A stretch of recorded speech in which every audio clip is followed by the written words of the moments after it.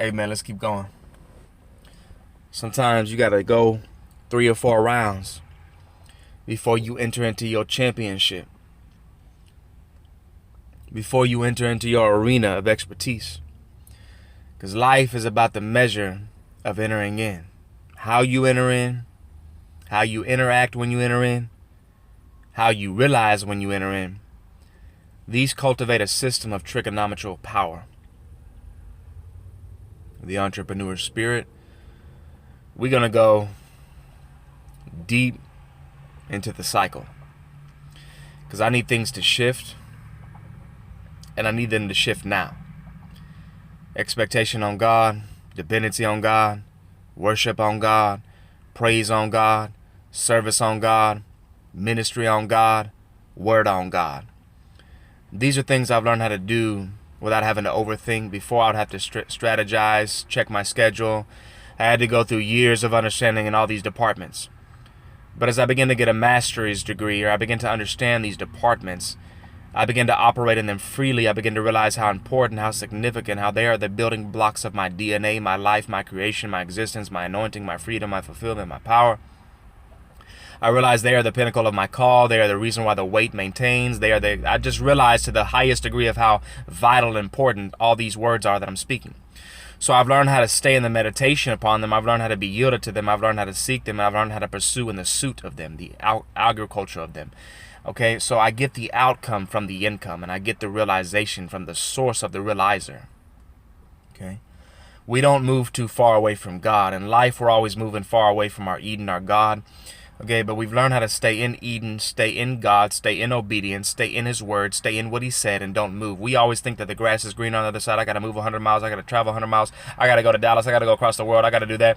But if you stay inside God, and if you stay inside of His word, and if you stay inside of His voice, and if you stay inside of His fellowship, and if you stay inside of the fruit He told you to eat, and if you don't try to go to the new thing, the next thing, you will stay in such a habitation of power. You will experience every living level of creation, every galactical, planetical system.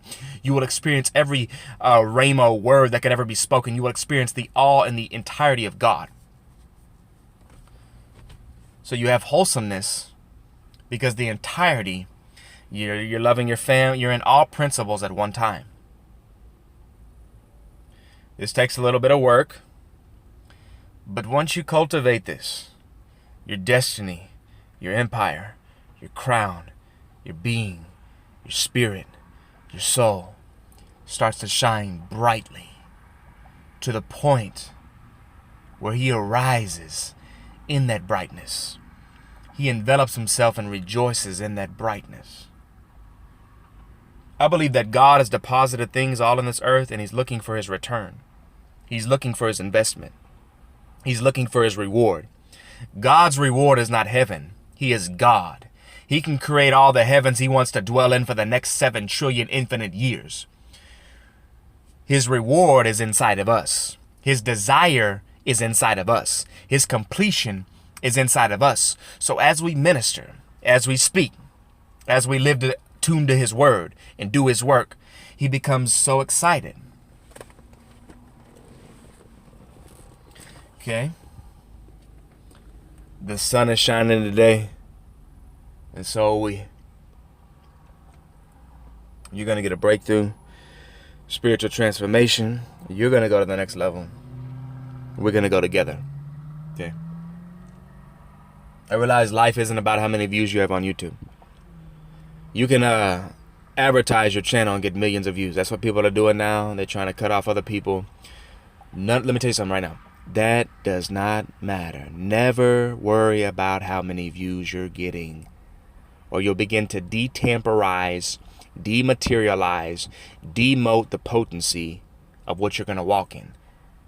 Never worry about how many views. You only worry about giving the highest grade of knowledge, the highest level of giving. In this world, we have lost it, and we're all in debt. People are in debt and poverty now because greed has taken her root. But when you return back to the kingdom principle, and that light switch turns on in your area, it shuts down all the darkness, all the dark governments, all the dark money, all the dark ways, all the dark lies, all the dark systems, and then everybody begins to return to you and you rule over them. You're here to give, give, give. If you give, you will have 300,000 times more money. You will have 500,000 times more opportunity. When I follow this principle and I just focus on giving, not how am I going to make, how am I going to earn, I'm going to lose if I give that, that's going to put a bind on me, I got to pay my bills, I can't do that. That binds to the third degree, to the fourth degree, to the fifth degree. Then in that binding, I feel broke, I'm under illusion. Then I become more broke and all my blessings seem to scatter. Let's say this one more time and we'll go to the next dimension of power and we'll speak from the next scroll of Revelation. If you just focus on giving all day, you'll have so much you won't know what to do. I have so much, I don't know what to do with it. Literally. Okay. Let me take a shot of this energy drink. And I shall return. Okay.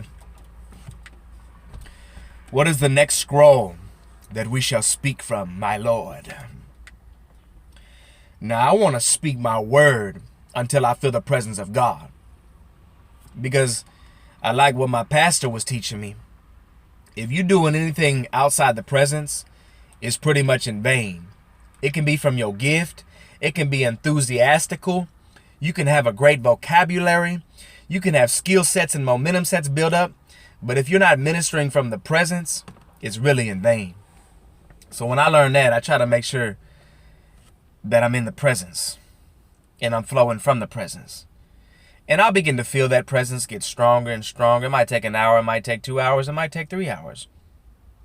But if I speak enough and I just seek enough and I just listen to his voice enough, and I just give them that position for about 30 minutes to an hour, something is always going to come. Some always going to shift. When you are in perfect stillness, that's when the shift comes. Okay? That what I've learned in my time seeking God, in my fasting, in my devotion, in my, what's it called? What do they call them? Daily, whatever, devotionals. When I'm in full stillness, in full awareness, and sometimes I got to fast to get there, then I shift, then I realize, then I become, then the impartation kicks off, then the windows open up. There's something about when you give God stillness, he's able to move like crazy. You know, you don't really give God stillness and you wonder why he's moving like a Pontiac. Then you give God stillness and you wonder why he's moving like a GT Ferrari. You wonder how you got so much acceleration at one time versus this time. Okay.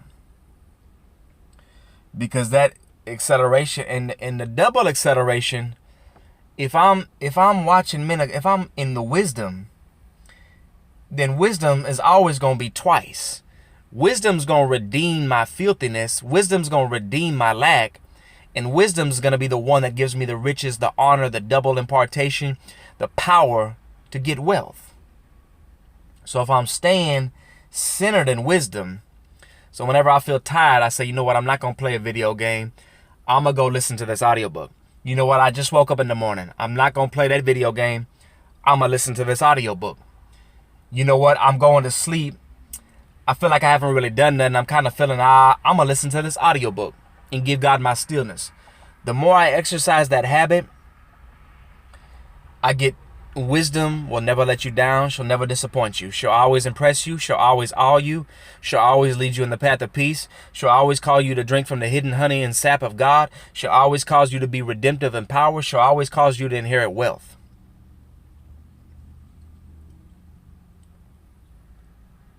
And so the more I do that, and the more I yield to that portal, the more I have open encounter, open visitation, open rejoicing, open intimacy, open fellowship.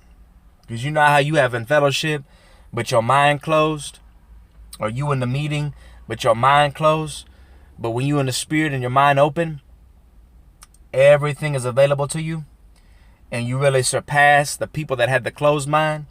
and you really collect more information and you experience that information and it downloads into knowledge and it's interpreted into wisdom and it turns into revelation and it turns into significance and it turns into the crown and it causes you to walk in a higher dimension of Jesus Christ. Okay, while the other person was closed-minded, and then the closed-minded, they were thinking about Denny's, they were thinking about food, they were thinking about money, they were thinking about when the meeting's over, they were thinking to try to get in the spirit, but you weren't thinking, you were already in the spirit, so you didn't have to think. Everything began to work and regulate unto you, and it was given unto you. So you walked away from that meeting more filled, more revolutionary, more transcended, more transformed, more impartation, more took, more breakthrough, more higher levels of heart energy, more higher levels of soul energy, more strength in your veins and your muscles and your body and your DNA than ever before, than the other people. So God's going to see, wait a minute, he took into the depths what I put. He's getting the mantle. Wait a minute. He prepared himself and witnessed and moved at the speed first-handedly without questioning the man of God. He's getting 50% more on his blessing. Give him double increase on his. So God's going to reward, because your preparation of wisdom in your movement, he'll actually see there's a prophetic word, but God can double the reward on that prophetic word. Or there's a word from anybody. You know what? I really had a dream and I felt the Lord told me that whoever came to this service and gave, or whoever came to this service and just received, they were going to have more peace. But you was in such a tune, such a frequency, such a dimension that you actually heard the voice of God 400 millenniums past what he heard in the now. So God spoke to him from a certain portal or a certain time frame of what his expectation of what he was doing. But you were so in the depths or so forward, he took that word, but God showed you the 100-fold of that word in the next 4 years, and you received it now. So you became the bearer, or you became the crown, and that crown had to be imparted to that man of God because you were matured in the wisdom of the time and the presence of the movement of God. Now my device just fell.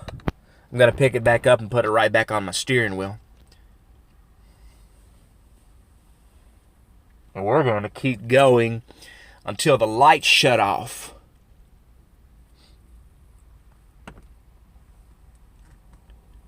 Okay. Now, if I'm opening up myself like this today, guess who's coming in on the inside? Listen, you want to open up, did Jesus want to open up the door to your spirit?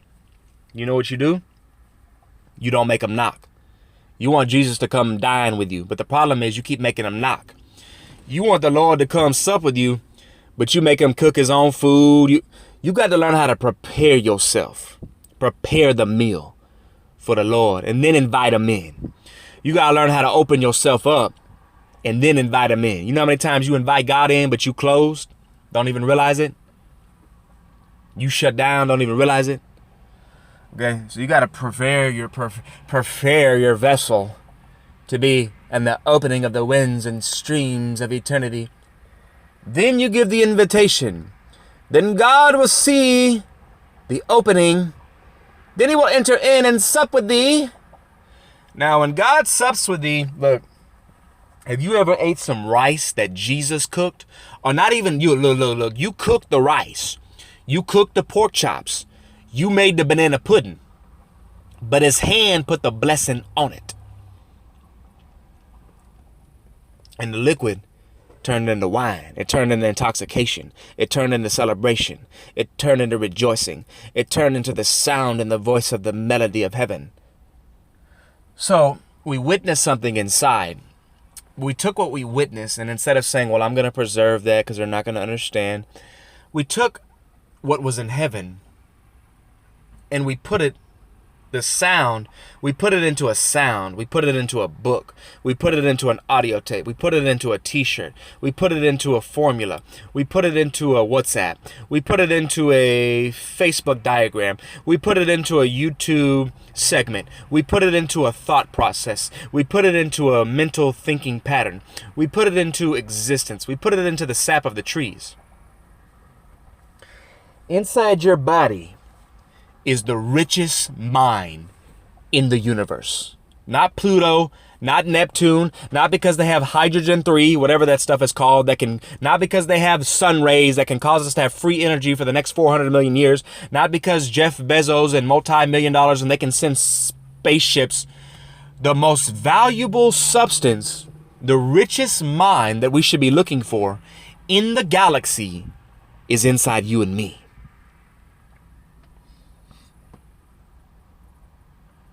We are the governors of all the gold. If we all left the earth, the gold wouldn't mean nothing. Money wouldn't mean nothing. All the things we think that are so valuable, they'd be like, where'd everybody go? Who's going to use us? Who's going to manage us? How are we going to be utilized? We might as well die off the planet too. You are the governor and the king of this life.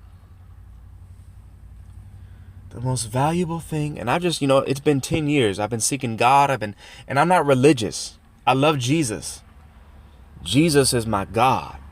That Bible is my book. That's my deity. That Holy Bible is my deity. But I'm real spiritual. Okay? I don't want to serve a religious God.